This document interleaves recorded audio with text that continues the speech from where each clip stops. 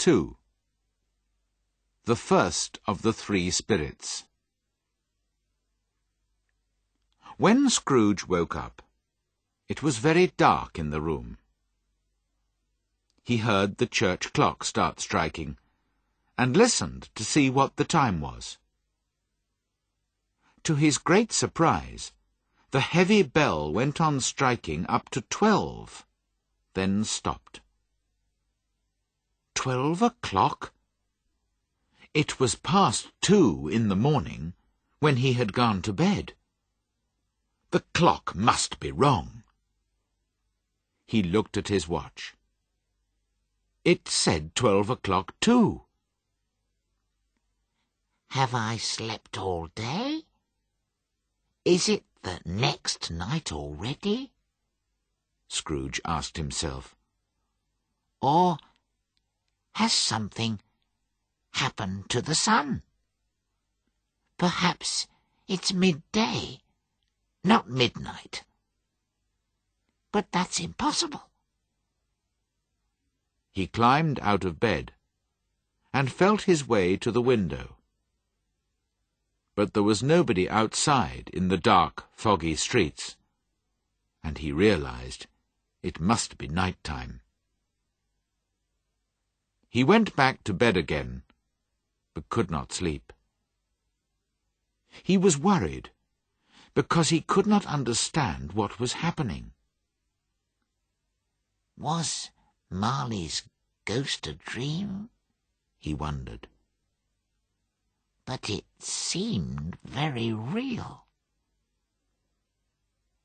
He lay awake until he heard the clock striking 1/4 to the hour.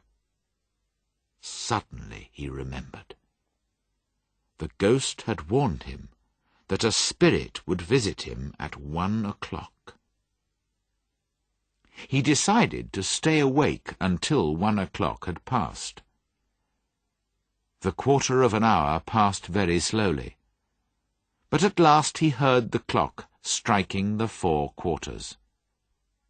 "It's 1 o'clock!" cried Scrooge delightedly. "And nothing has happened." But he spoke before the hour bell had sounded. The clock now struck a deep, sad 1, and immediately light shone into Scrooge's bedroom. The curtains round his bed were pulled open. Scrooge sat up in bed and stared at his ghostly visitor. A strange figure, half like a child, half like an old man, looked back at him. It had long, white hair, but its skin was soft and young. It wore a short, white robe covered with both summer and winter flowers. But the strangest thing about it was that from the top of its head shone a bright, clear light. Perhaps this light was sometimes too bright, because under one arm it carried a hat, which looked like a large extinguisher. "Who and what are you, sir?" asked Scrooge. "I am the ghost of Christmas past," replied the spirit, in a soft, gentle voice. Do you mean long ago in the past?" asked Scrooge. "No, your past." "Spirit, please tell me why you are here." "I am here for your own good," answered the ghost. "Thank you," replied Scrooge politely. But secretly he thought, "Bah! A night of unbroken sleep is a more useful thing to have." The spirit seemed to hear him thinking, and said at once, "I am here to help you change your life. Watch and listen."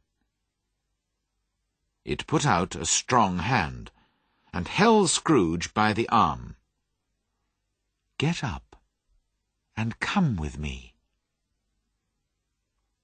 It was dark and cold outside. Scrooge did not want to go anywhere, and for a moment he thought about pretending to be too ill to go out. But he did not like to refuse, so he said nothing, and got out of bed. Together they passed through the wall of the house, out into the darkness. Suddenly, Scrooge realized they were standing on an open country road, with fields on each side. London, the fog, and the darkness had all disappeared, and it was a clear, cold winter day, with snow on the ground. "Good heavens!" cried Scrooge. "I was born near here. I remember it well." The spirit looked kindly at the old man. "How strange that you've forgotten it for so many years. What is that on your face? Are you crying?" Scrooge put a hand over his eyes. "It's nothing. I've got a cold, that's all. Take me where you want, Spirit."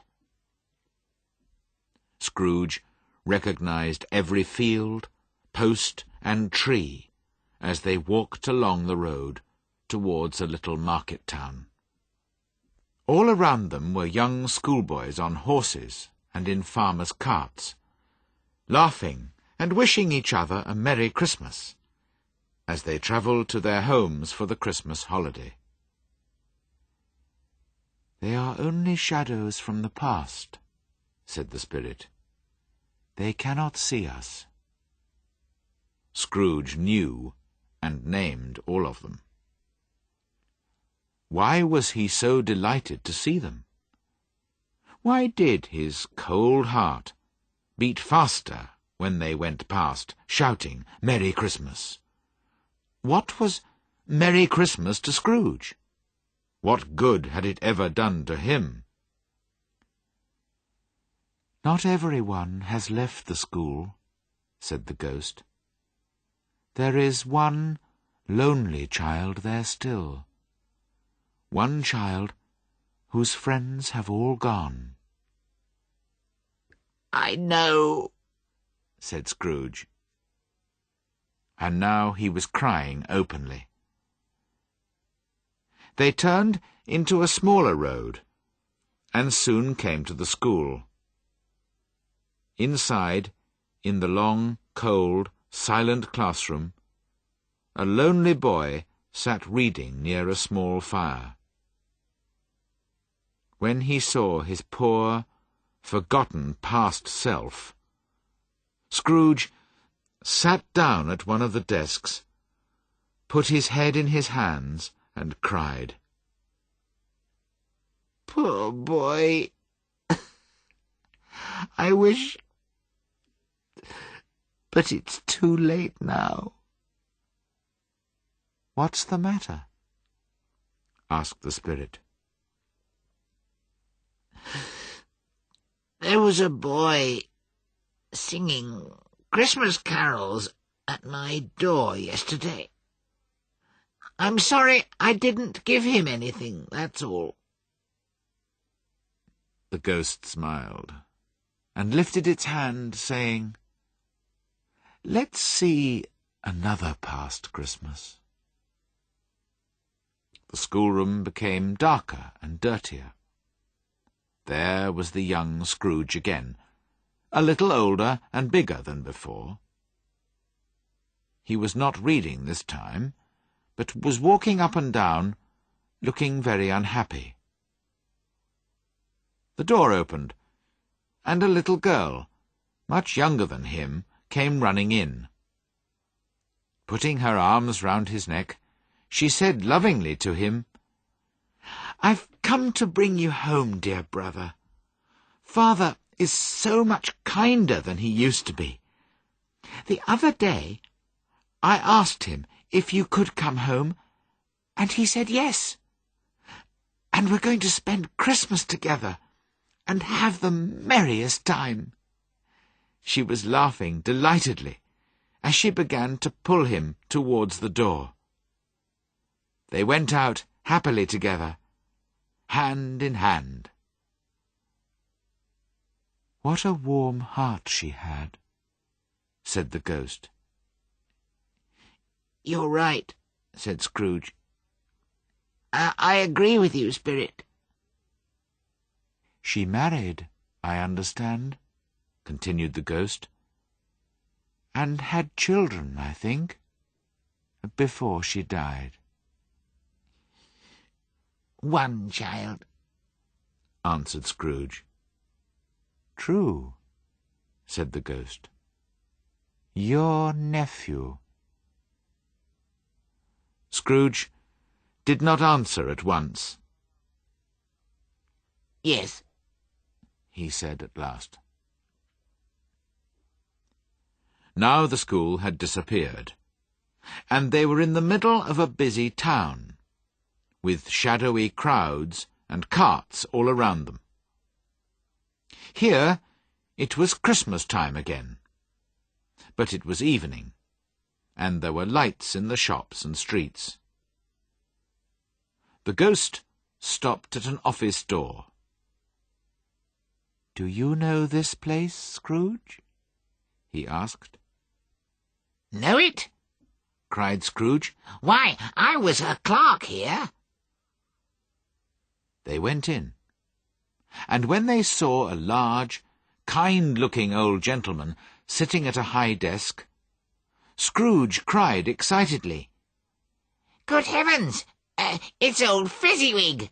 God bless him! It's Fezziwig alive again!"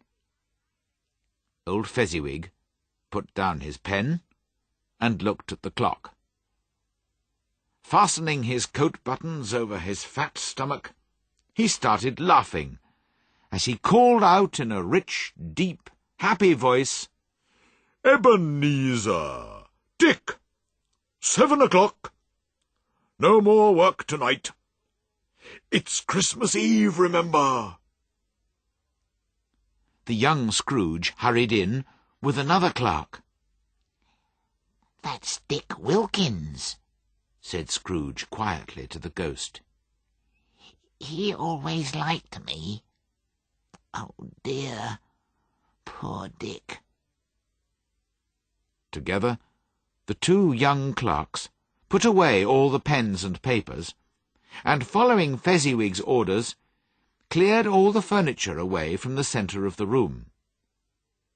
In came a fiddler. In came Mrs. Fezziwig, fat and smiling. In came the 3 Fezziwig daughters, sweet and pretty. In came the 6 young men who were in love with them. In came the cook with her young man, the milkman. In came the boy from next door, with the girl from the house opposite. In they came, some quietly, some noisily, but all happy because it was Christmas Eve. The fiddler started playing, and away they all went in the dance, 20 pairs at the same time, round and round, down the middle and up again. When they were all tired, old Fezziwig cried out, "Well done! Now, have something to eat and drink." There was cake, and hot meat, and bread, and cold meat, and fruit, and all kinds of drinks, on a long table near the door. And after they had eaten, they danced again. When the clock struck 11, the dancing ended. Mr. and Mrs. Fezziwig stood by the door, shaking hands with each person as he or she went out, and wishing him or her a Merry Christmas. During this time, Scrooge had thought of nothing except what was happening in front of his eyes. He remembered and enjoyed it all with the greatest delight. But when the dancing came to an end, he realized that the ghost was looking at him. The light on the spirit's head was burning very clearly. "It seems easy enough to amuse these childish people," said the ghost. "It was nothing much that Fezziwig did, was it? After all, he only spent a few pounds on food and drink and paying the fiddler." "It isn't a question of money," replied Scrooge warmly. He was speaking like the young man he used to be, not the old man he was now. "No, Spirit. You see, our employer can make us happy or sad. His words, his looks, all these things are so important. The happiness that he gives is just as valuable as money." He suddenly stopped speaking when he felt the spirit watching him closely. "What's the matter?" asked the ghost. Nothing," said Scrooge. "Just that I'd like to be able to say a word or two to my clerk now." Now Scrooge could see himself again. He was older now, and it was clear that he was beginning to show an unhealthy interest in money. His eyes were restless, and his mouth looked thin and mean. He was not alone, but was sitting beside a lovely young girl. The light that shone brightly from the ghost of Christmas past showed that she was crying.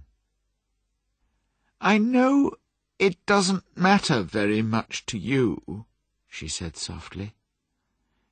"You care about gold more than you care about me. Perhaps I shouldn't be sad. Money will give you the happiness that I wanted to give you." "But I haven't changed towards you, have I?"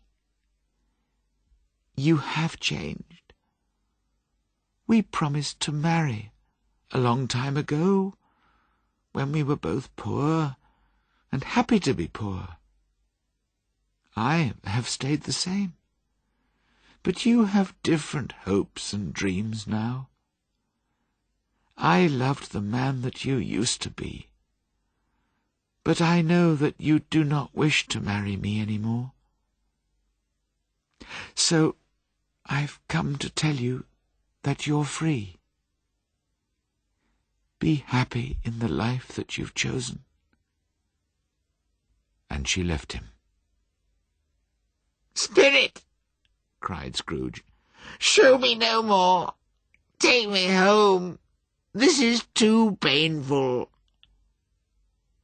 "One shadow more," said the ghost. "No more," cried Scrooge. "I don't wish to see any more." But the spirit held his arms, and he could not escape. Now they were in another place, in a room which was not very large, but comfortable. Near the fire sat a beautiful young girl. Scrooge thought she was the girl that he had just seen, until he saw her, now a good-looking married lady, sitting opposite her daughter. The room was full of children, and noise, and shouting, and laughing. Just then the door opened, and the father entered, carrying a great pile of Christmas presents. The noise became twice as loud, as the children received their presents with delight, and kissed their father gratefully. Finally, the younger ones went upstairs to bed, and Scrooge watched more sadly than ever as the father sat down with his loving daughter and her mother by the fire.